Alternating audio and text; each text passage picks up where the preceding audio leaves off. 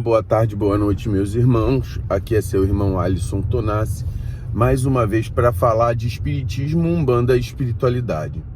Hoje nós estamos no capítulo do Livro dos Médiuns, que fala sobre médiuns especiais. E aí, o que eu tenho para falar sobre médiuns especiais?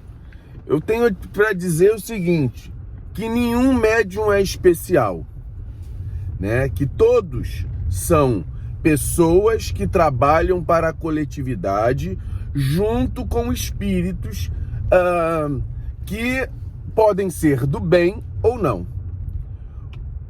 O que eu posso dizer que existe mediunidades incomuns, né? Quando Kardec fala de médiuns especiais, ele fala de mediunidades incomuns. Eu vou dar um exemplo. Uma das mediunidades incomuns que nós temos hoje é a mediunidade inconsciente. A mediunidade inconsciente é difícil de se ver hoje. Na época era comum para Kardec. Então, um médium que tem uma mediunidade incomum, ela é tida no capítulo dos médiuns, tá? No capítulo do Livro dos Médiuns, como uma mediunidade uma mediunidade especial.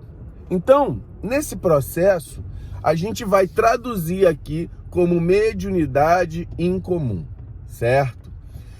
Agora, um médium especial, na minha concepção, é aquele médium que observa a si mesmo sem ego, sem vaidade, colocando a coletividade na frente da sua individualidade. Isso é um médium especial, porque é um cara que conseguiu superar os problemas do seu ego. Então esse médium, que é um médium especial, porque não se acha especial, e isso é incomum. Ou seja, todos nós temos as questões da vaidade, as questões das preocupações do dia a dia. Nós temos os interesses pessoais na frente dos interesses espirituais. Então, um médium especial é aquele que supera tudo isso. E é como eu falei, isso é incomum. Isso é difícil da gente ver um médium assim.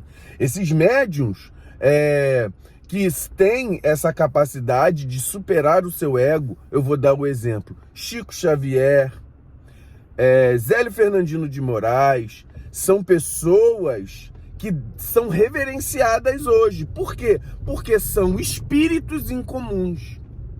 Espíritos de pessoas que ofereceram a sua vida à caridade, ao coletivo, à espiritualidade. Agora, mediunidades incomuns, por exemplo, hoje a gente vai ver que dentro dessas mediunidades incomuns você tem, por exemplo, a psicografia mecânica, você tem a materialização, você tem efeitos físicos, né? Que mais? Você tem pneumatografia. Pneumatografia é aquilo que a gente já falou.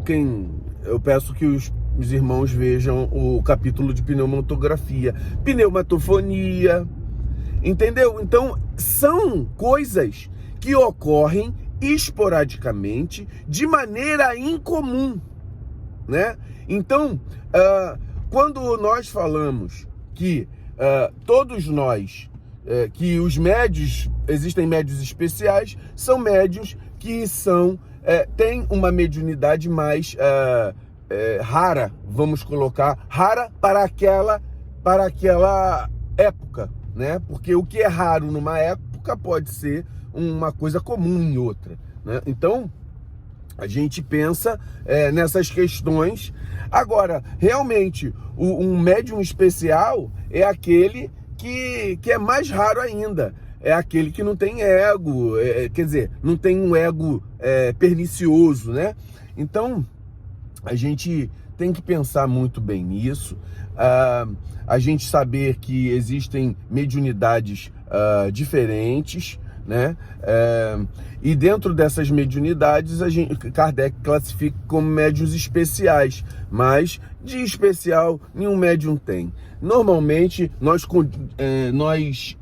dentro do espiritismo, se fala o seguinte: o médium é uma pessoa com grande capacidade de colocar a sua vida em dia, é um grande devedor, né?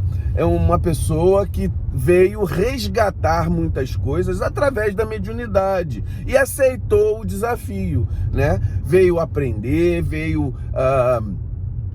aprender a servir, né? A servir a espiritualidade, abafando o seu próprio ego, sendo passivo, ou seja, esquecendo das condições que a sua vida do dia a dia se impõe para poder se doar. Então, esse é o verdadeiro fundamento. Saber que você não é especial, você é mais um no terreiro, você é mais um dentro da obra do bem, né? Mas você sabe que dentro dessa obra do bem, dentro de toda a obra que Olorum quer que você faça, você é um tijolo. E todos nós somos importantes nessa obra, ou seja, sem aquele tijolo estrutural, toda a obra pode cair. Então é saber o seguinte: eu sou mais um, mas também não deixei de ser importante na obra. Isso que é a ter o bom senso, né? Saber que, olha, o trabalho é importante, eu sou mais um no trabalho e quero fazer porque pela obra, pelo trabalho, estou sendo chamado. E dentro desse chamamento, isso é o importante, né? Então, saber que nós estamos ali não para elevar o nosso ego, não para elevar nossa vaidade, não porque muitas pessoas procuram trabalho para se sentir, né, o grande orientador daqueles que vos seguem, principalmente alguns pais de santo, e que isso não é importante. Você pode fazer um trabalho bom sem ser o pai de santo, e eu acho que também é importante ser pai de santo, porque temos que ter os nossos orientadores, mas aqueles que têm o chamamento para a obra. Não é porque você quer ser um pai de santo que você foi chamado para a obra. Aí é o ego, aí é a vaidade, querer ser